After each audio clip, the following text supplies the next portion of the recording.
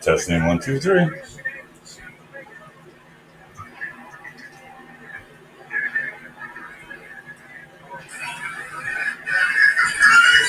Testing 1, 2, 3.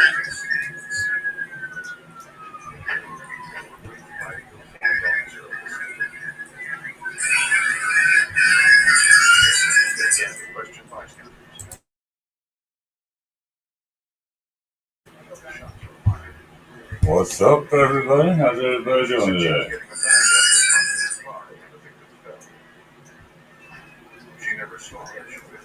Stay high, stay safe, stay motivated, motherfuckers.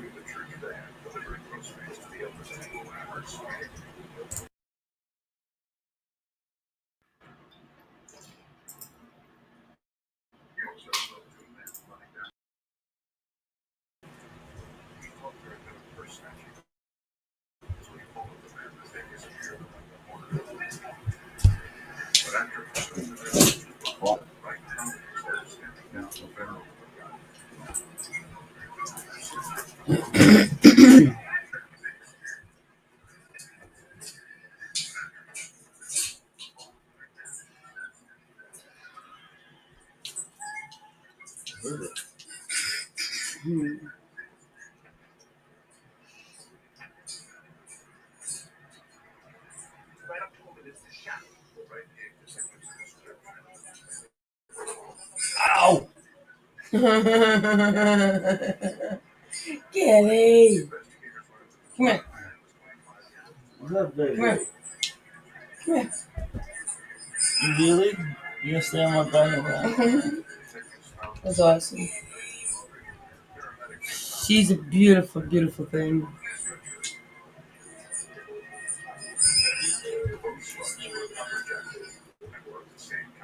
Huh.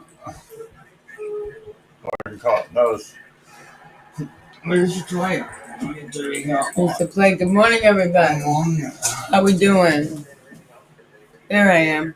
I couldn't see where I was for a minute. Yeah, the comments not working, but there's nobody there. Okay. It's alright. Maybe they'll come. You see, like everything. Yeah. You gotta be toy. You gotta be closer. I know, you gotta bring it back. We can't play fetch if you don't bring it back. Silly.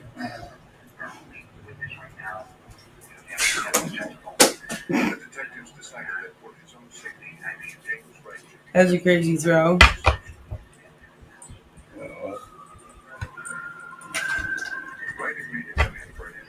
You know what I'm looking for? Nope. And I don't want to be like, oh, I'm gonna say here. I don't know what it is. My culture that was using smoke. My dad. Your what? Okay. Good job.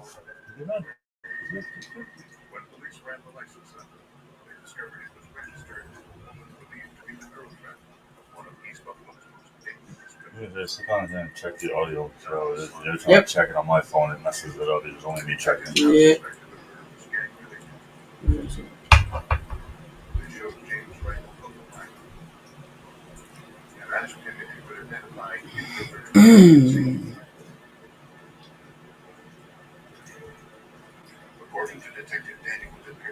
Nope.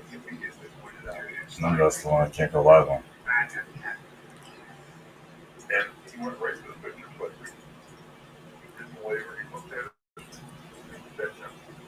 No, what's the other day? Hold on. Refresh it.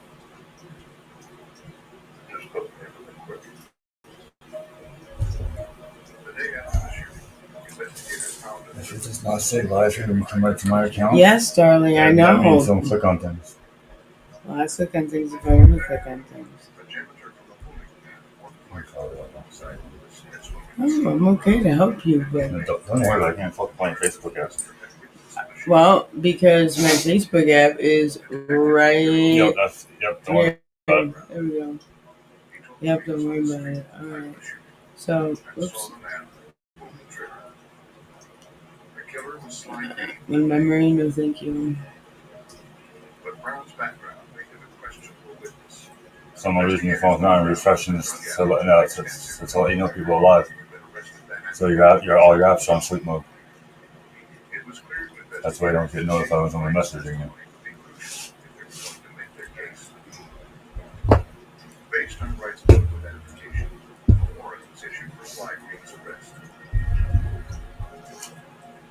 Hey, whoever's in the audience, can someone tell me how my audio is, please?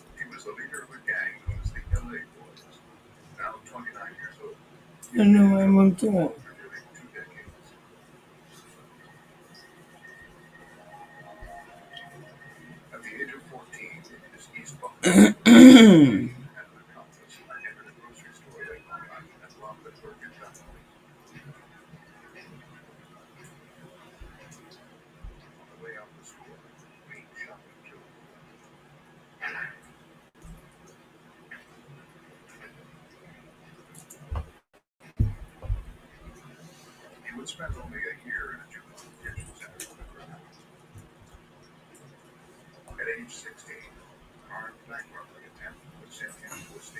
Just haven't seen this message.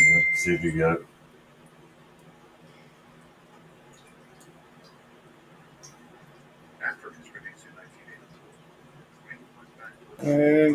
Is your phone really doing that shit again? I don't know what the fuck I'm doing. Let me see your phone, please. That's why I can't get a hold of you to do anything with it when I try to get a hold of you. Because I'm on silent.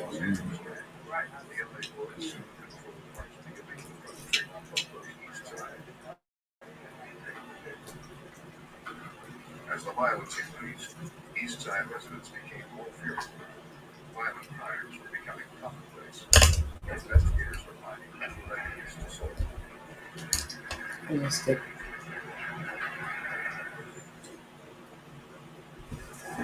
At the controlled crime scene, two Smith bullets had been discovered on the ground near the victim. The third was recovered in the body during autopsy, confirming statements made by witnesses who said 3 shots had been fired.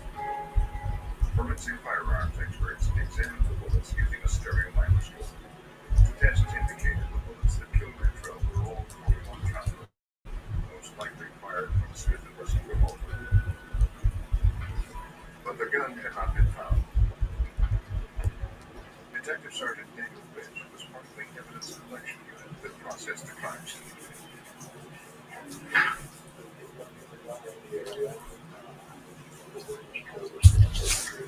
Let's leave the phone off for a second. How's everybody doing? Investigators did, however, find the Let's try to comb it before I go on. police recovered the If this can do anything. I don't know. Can't car was believe it. examined by forensic specialists from the Buffalo Police Department. The results were disappointing. So, just kind of sitting here waking up having coffee.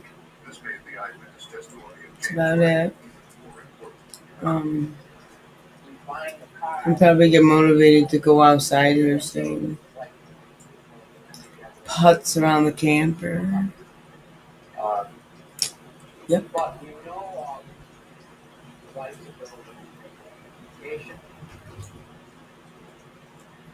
James Wright's testimony. Prosecutors were anxious to put Donald Green in custody.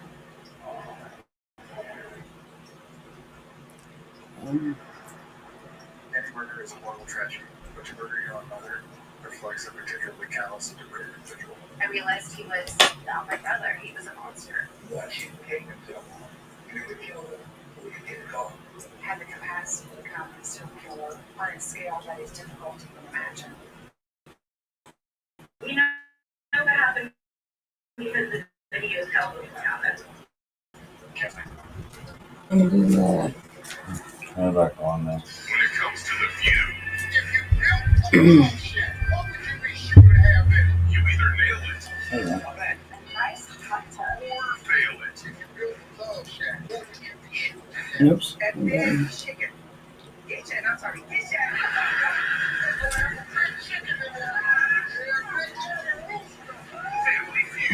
Her rooster. Watch the Family Feud channel. Now streaming free on Roku. Cheers.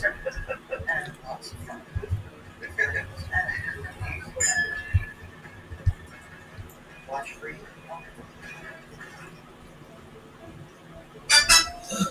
You also gotta make that phone call too before it gets too late. We're still ready to go for things. I know, Yeah. but Oh, after when it's do you time- wanna? Okay. Whatever. Dude, when most people get stuff stolen, they All usually right, make that goodbye. phone call. They usually don't wait. Goodbye, everybody. I got business.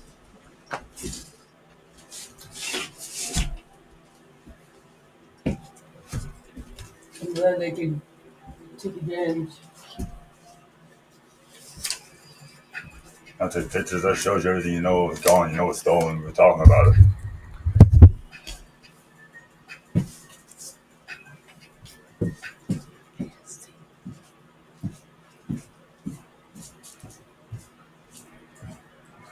In addition to his illegal drug activities, the leader of the LA Boys was suspected of involvement in prostitution, gambling, and even kidnapping. But authorities never had enough to convict him. He seemed untouchable. Deputy District Attorney Frank Martin, this time, We had a chance to finally make it on this kind of gang war. This is the kind we had to get. the victim in the war began witness clinical testimony. The Erie County District Attorney's Office ordered this to be the case that the police launched a massive search for the One parallel. Buffalo Police Office Challenge. East side, Buffalo. Dave. Great. This amount of education, you will get tips. And tips. Go find it. Come to find out later. Tonight. One night within a few weeks of the murder, investigators wanted to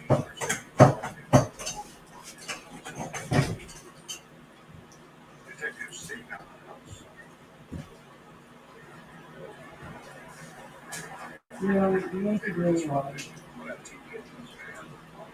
I locked that door because when the wind blows, it opens up the door. All right, Einstein. Thank you. You're welcome.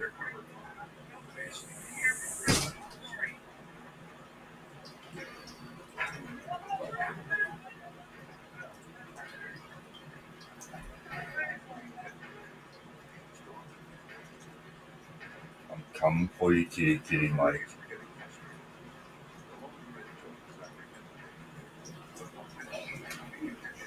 Better be strapped, buddy.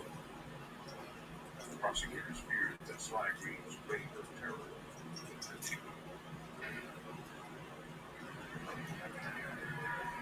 On the gang infested streets of Buffalo's East Side, Darnell gunned down in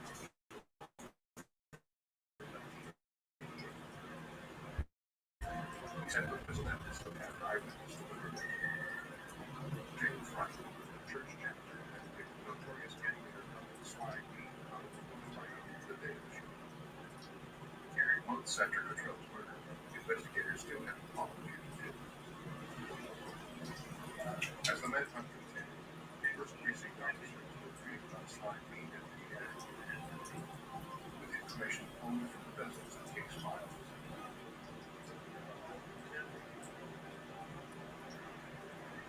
On the east side streets, detectives spoke to an informant. The informant said he didn't know where Sly was, and no one had seen him for weeks.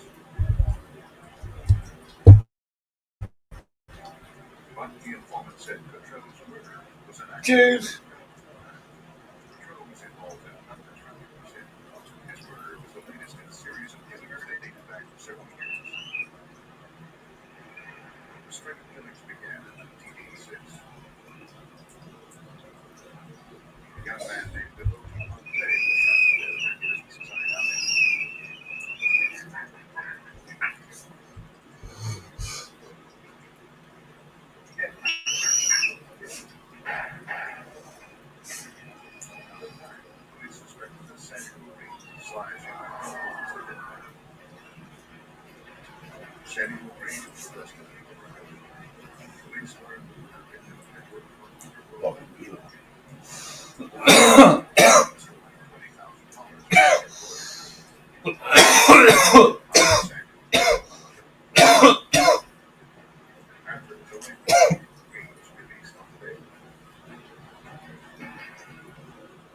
days later, he too was killed. His body was found in the front seat of his car, shot in the head. A police informant said that Samuel was killed after he fled the lawsuits he reportedly did on Monday, saying he would tell the police where he lived unless they gave him more money.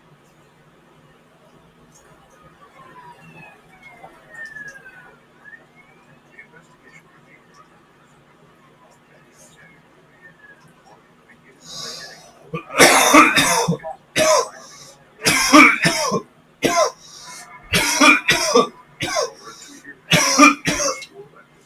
But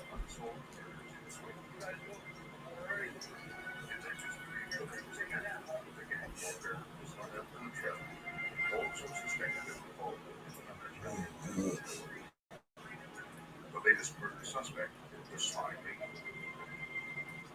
Reed had indicated that he was going to get even somehow, that there was a history there, that made the shooting something. Then. Detectives made the case together with their trouble. They still weren't any closer to finding their suspect. Sly Reed continued to elude police for months. Finally,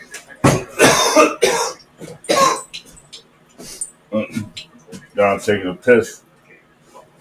I'll be right back. Sly Reed was in Atlanta.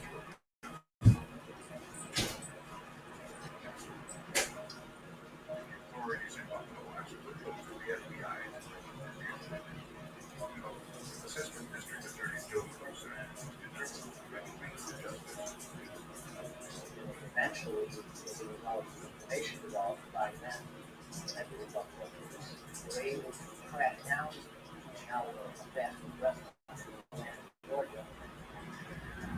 In February of 1989, 4 months after the murder of Parnell Cottrell, FBI agents intercepted Sly Reed as he was strolling down the city street and arrested him without incident. The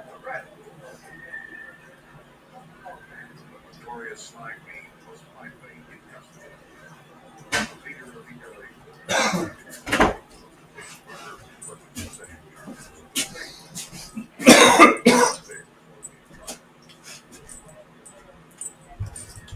with the suspect in custody, the county district attorney's office prepared to prosecute.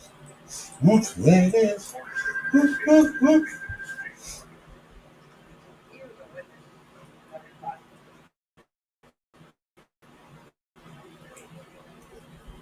Contacts, wild, family, girlfriend, Dinosaur. somebody who had been out with you for a while, tell. So you want the jury to see him, like him, respect him, In the months leading up to the trial, prosecutors were concerned that Knight, like many critical witnesses in previous cases, would change his mind and decide not to testify. If that happened, the case against Sly Reed would not even make it to trial.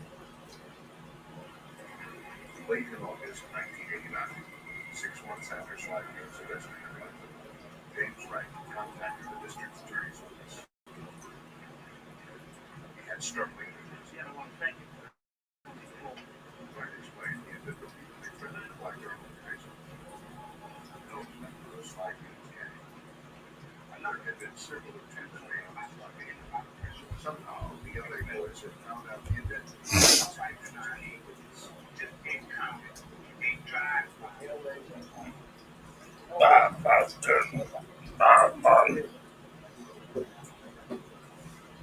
if someone wants to find the truth about anything, they can go to Buffalo. And for 25 cents, get a copy. Authorities later determined that an investigator working with Bill Reed did have a copy of the report. James Wright as a witness in the case. Soon the threats and attack on the right hand. Afraid to go to the police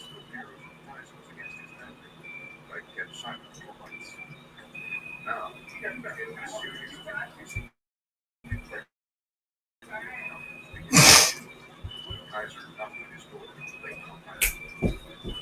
warned Wright that he knew Wright was planning on testifying against his flag anyway. Unless he changed his mind, he and his family would be in big danger. A few days after his encounter with Kaiser, Wright was waiting at a hearing at his dog had been fired. You're gonna send an officer over to speak to me. All right, because I told him, I said, "Oh, car."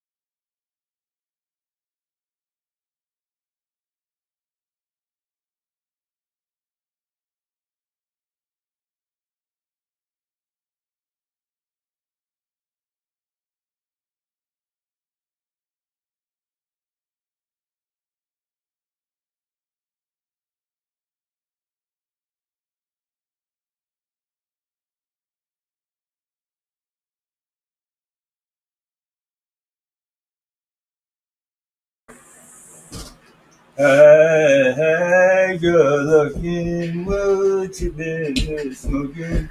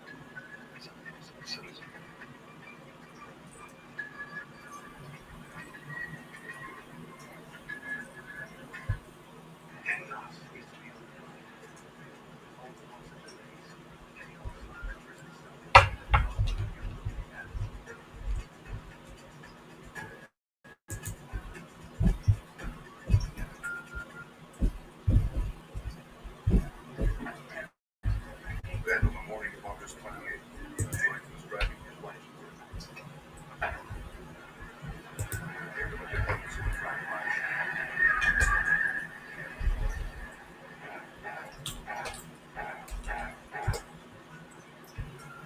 Wright was collecting grass. His wife was on mother. It was time for the authorities. You know, he was more angry than he was scared. He was scared. Make no mistake.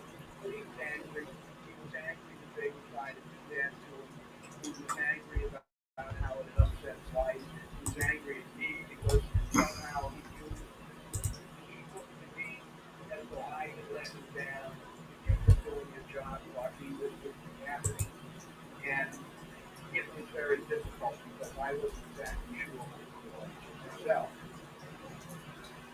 The district attorney's office arranged to move the Wright family out of Buffalo. The prosecutors firmly hoped that Wright and his family would be safe until the trial. Now that the LA boys' tactics to keep the witness quiet.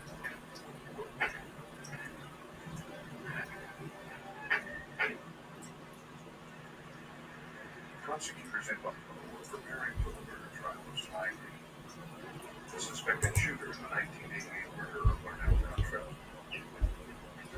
The key witness in the case, James Wright, had already survived attempts on his life by the LA police, the gang headed up by Sly Green.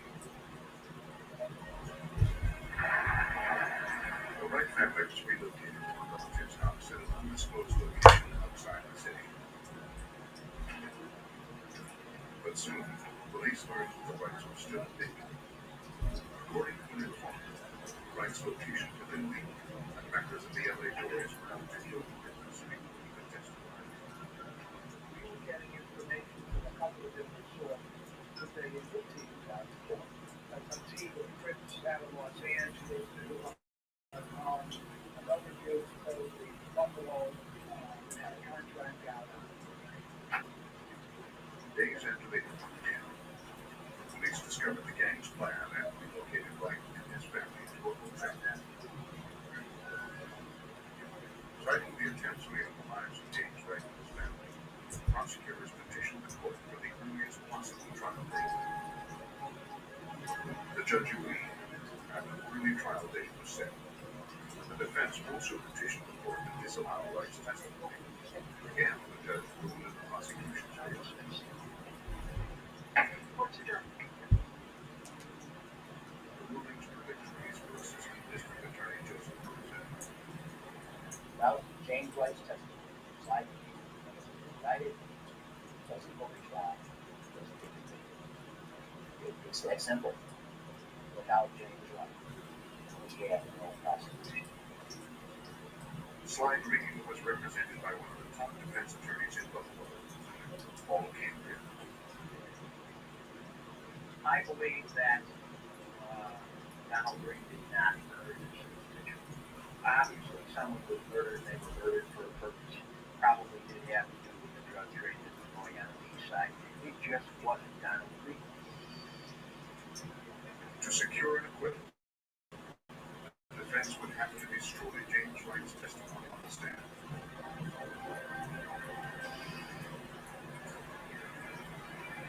On October 31st, 1989, 1 year after the shooting death of Larnell Cantrell, the murder trial of Donald Green began.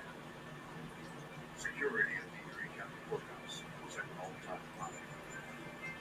The security was beyond any type. That was a precaution to make sure that nothing harm came to him.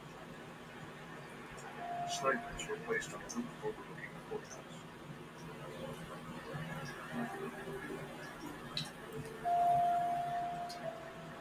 Metal detectors installed in the lobby, and armed guards searched everyone entering the courtroom. The defense attorney believed the highly visible security measures were excessive to prejudice the jury against his client. So by the time we got to trial, this was the image that was seared into the minds of all of the potential jurors we were going to have in this case. That this was the worst individual who had ever been on a case. The jury would hear brief opening statements. The state's case, the prosecutor said, was built around the eyewitness testimony of James Wright, who had identified Sly Green from a police photo lineup hours after Larnell Cantrell was murdered. While there was no forensic evidence linking Green's shooting, the prosecutor told the jury that the circumstantial evidence in the case, as well as the testimony of Stephen Brown, would corroborate Wright's identification of the killer. We had one reliable that knows forensic that connected Sly Green to the story. Not one so. So it was logical, intentional. The The prosecution told the jury the circumstantial evidence included that the men Blaine followed were running away from the crime scene. The bullets found at the scene matched the type of gun they pointed at Mike, and the abandoned car matched the one Blaine had seen him drive away in.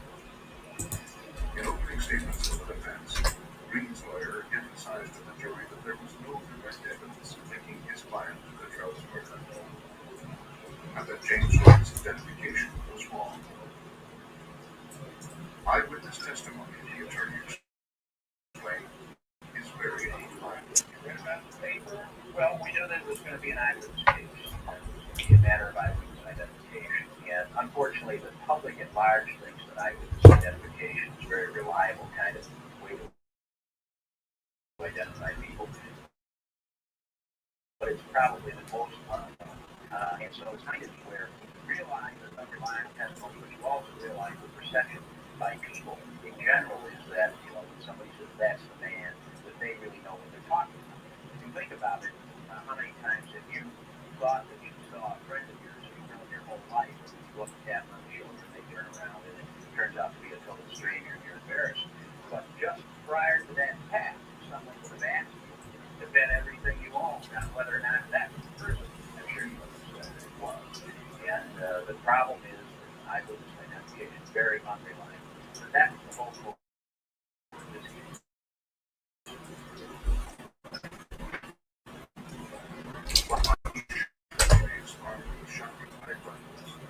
The prosecution's first witness was the man James Wright was to stand.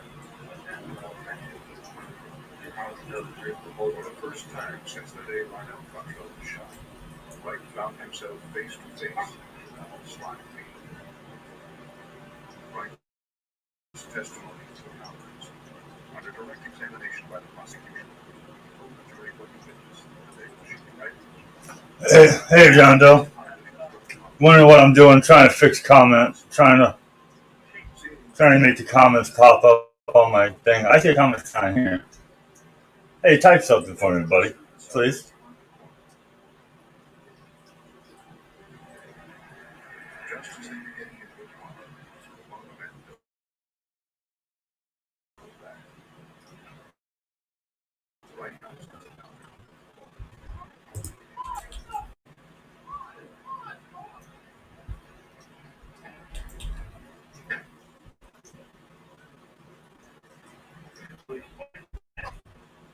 What'd you do then?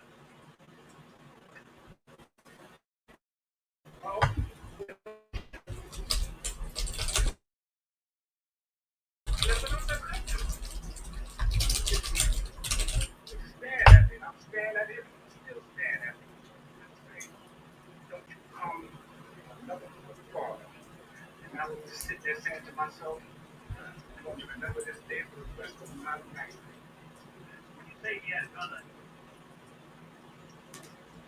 He was pointing it at my